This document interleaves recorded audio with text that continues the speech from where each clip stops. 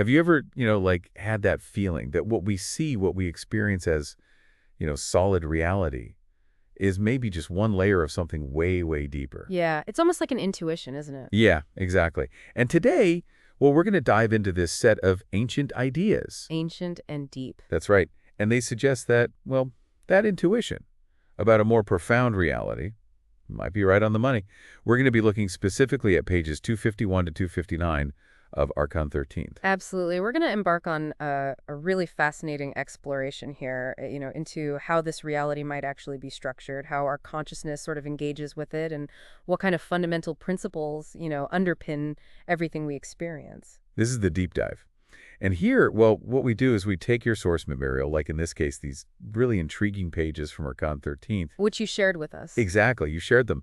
And we extract those nuggets, the real insightful nuggets. The golden nugget. Think of it as your shortcut to getting a handle on these, really profound concepts without having to wade through everything yourself. You flag this section, and wow, it's been a captivating dive, let me tell you. So what makes this particular section of Arkan 13th so compelling is, it examines these ideas. They seem abstract. They do. But they're foundational. They're so foundational. Yeah, we're talking about the dynamic between thesis and antithesis. We're looking at the really crucial act of neutralizing these opposing forces. To find a deeper essence? Exactly, to find that deeper essence. And also this almost poetic description of how cosmic consciousness comes into being. Whoa. It really is, it's about the architecture of existence as understood through this ancient lens, this specific lens. So our mission, then, for this deep dive? Our mission, should we choose to accept it, is to really unpack these ideas from pages 251 to 259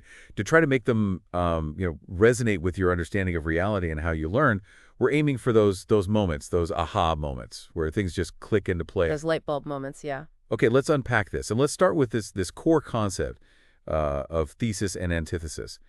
The text, referencing Samartan on page 257, it lays out a pretty specific relationship here. It does. The key insight here is that a thesis, right? It's fundamentally independent. Imagine it as a primary statement, a foundational idea, one that doesn't rely on anything else for its existence. Now, the antithesis, according to this view, is dependent. It's essentially a negation. It's a not thesis. So the antithesis can't really arise or even be understood without the thesis already existing. It's like trying to define cold without first having the concept of heat. Exactly. The text really stresses that the antithesis can't develop or express itself on its own. Its very definition, its very meaning, is derived from what it opposes. Huh. So the big takeaway here is this. Opposition isn't always equal. One side might inherently rely on the very thing it opposes, and this creates a fundamental, asymmetry in their relationship. That makes a lot of sense. Now, from this dependent relationship, the text moves to this idea of neutralizing these binars, these opposing forces. Now, for anyone who might not be familiar, the text refers to these opposing forces as binars. Essentially means pairs of opposing concepts or energies. What does it mean to neutralize them, and why is that significant? Well, what's fascinating here is that neutralization, it's not about choosing a side. Right. It's not about finding some kind of, middle ground, a compromise. Right, right. According to page 257, it's about affirming and restoring essence as the original form. Think of it like returning to a state of pure potentiality, a point before the split into opposing forces even occurred. Almost like dissolving the tension back into a unified source. Precisely. And then the text explores this process from two perspectives. Its true essence within the realm of spirit and its external reflection in the sphere of reason. Okay. So in the realm of spirit, neutralization likely involves transcending duality, perceiving the underlying unity that connects the seemingly opposite forces. In the sphere of reason, it might involve moving beyond purely oppositional thinking to find a higher level of understanding or synthesis. So it's not about winning an argument, but understanding a fundamental truth that both sides might be partially expressing or obscuring. And here's where it gets really interesting. As we delve into the birth of the cosmic logos. Still within these pages of Arkan 13th. This sounds like a pivotal moment. Oh, it is. It is.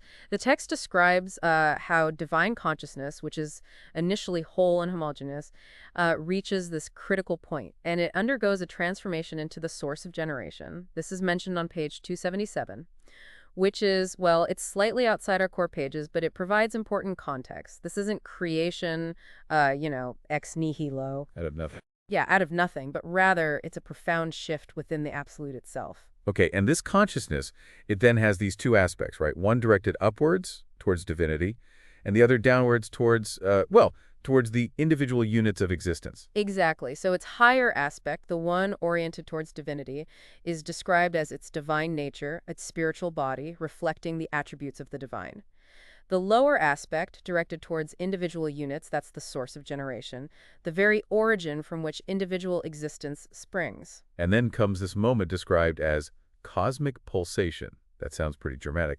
What exactly happens during this pulsation, according to the text? Okay, this is the crucial juncture, where the boundaries of individual units effectively cut into this previously unified consciousness. It's a fragmentation, not in the sense of like shattering something, but more like defining distinct areas within a single continuous whole.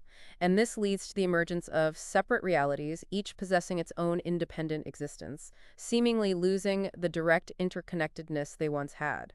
So each original form, which was previously just a potentiality within this unified consciousness, it suddenly becomes a real individual consciousness, asserting its own being. This is described as the very first instance of a monad, that fundamental unit of individual existence. Right. It's kind of wild to think about this. This idea suggests that our feeling of being separate individuals isn't just a quirk of perception, but a fundamental step in the universe's unfolding. Precisely. And the cosmic totality of all these units, all these newly formed individual consciousnesses, is what the text refers to as the createdness of cosmic divine self-consciousness. And initially, this createdness exists as a potentiality, but it's in the subsequent stage, symbolized by Arcanum IV, that it solidifies into reality. The birth of the cosmic logos, the established createdness. Think of it like the initial blueprint becoming the fully constructed building. Okay, so we've traced this progression from unity to these individual sparks of consciousness, and then this cosmic totality solidifying into structural reality. Now, the text in our focus pages shifts to the substantiality of manifestation. What's the core idea we need to grasp here? So the fundamental concept is that the substantiality of the manifested world, the very fact that it feels real and tangible to us, is a direct consequence of the substantiality of the divine essence itself. As outlined on page 280, it's like saying that a shadow, you can only be substantial if the object casting it is also substantial. So the reality we experience through our senses, it isn't some flimsy illusion disconnected from a genuine source. Not according to this perspective, no. The substantiality of manifestation, it serves to affirm the substantiality of the first cause, the ultimate origin of everything. In fact, the text goes as far as to state that the substantiality of manifestation is the first and highest attribute of divinity. That's a huge assertion. It is a huge assertion. And how does this relate to the vitality we observe in the manifested world, the fact that things are alive and dynamic, constantly changing? Right. So vitality, that inherent liveliness, that activity we see all around us, it serves as an affirmation of the substantiality of the manifested world. And because the substantiality of manifestation reflects the substantiality of the first cause, this vitality indirectly confirms the substantiality of that ultimate origin. It's all interconnected in this grand cosmic picture. Now, the final section within these pages of Arkan 13th that we're focusing on discusses vitality as self-manifestation. This introduces a quote from Leibniz that the text highlights. Yes, so self-manifestation, which is the power of one's own inherent essence to express itself outwardly, it's presented as the defining characteristic of vitality. The text quotes Leibniz on page 281, where there is self-manifestation, there is life or vitality. So something is truly alive. It's truly vital when it possesses this inherent capacity to actively express its own unique nature.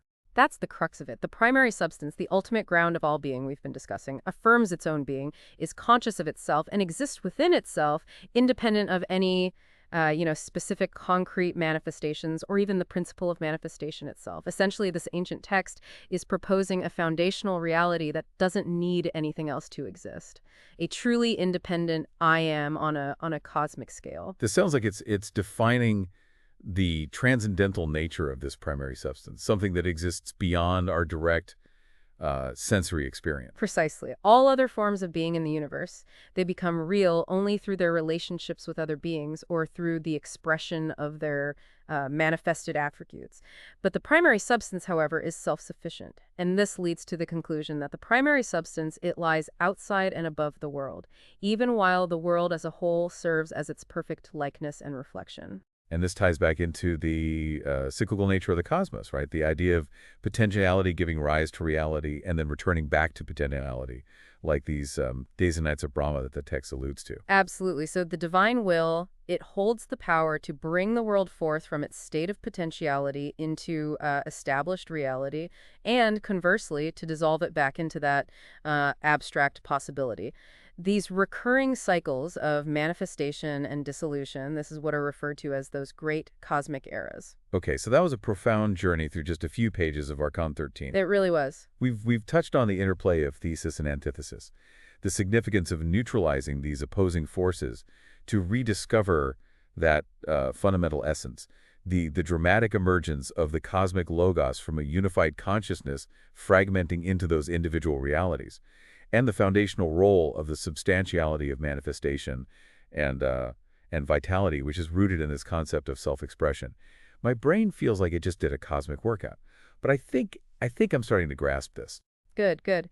I think, these pages offer a really deep and intricate framework for understanding the nature of existence. They do? So the dependence of the antithesis, it underscores the derivative nature of negation, neutralizing binars. It points us towards a deeper unity that lies beyond those superficial oppositions. The birth of the cosmic logos, well, it provides this powerful metaphor for how multiplicity might arise from an original oneness. And the substantiality of manifestation, linked to the inherent vitality of the world, it grounds our experienced reality in a divine S. And thinking about all this, you can almost see how these ideas might provide a fresh perspective on conflicts or differing viewpoints in your own life instead of just seeing these two completely opposing sides. Perhaps there's a more fundamental essence to understand. And this idea of the cosmic logos emerging, it's a truly grand perspective on the origins of our individual sense of self. Exactly. And the concept of vitality being rooted in self-expression, well, it might even prompt you to consider the inherent potential and drive within yourself and the world around you. It suggests a universe that is fundamentally active, self-revealing, and brimming with intrinsic life. And we recognize that these are deep, these are complex ideas.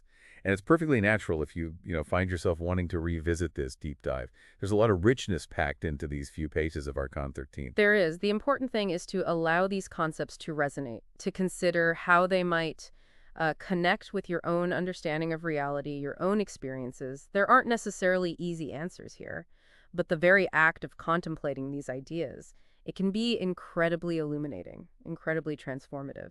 So as you continue your day, consider this. How might this exploration of consciousness, from its unified source to its individual expressions, and the underlying substantiality of all that exists, shift your understanding of your own consciousness, your own feeling of I am, and its intricate connection to this vast and dynamic world around you? Yeah, that's a really good question. It is. It's a question worth pondering long after our deep dive into these pages of Arkan 13 concludes. It really is.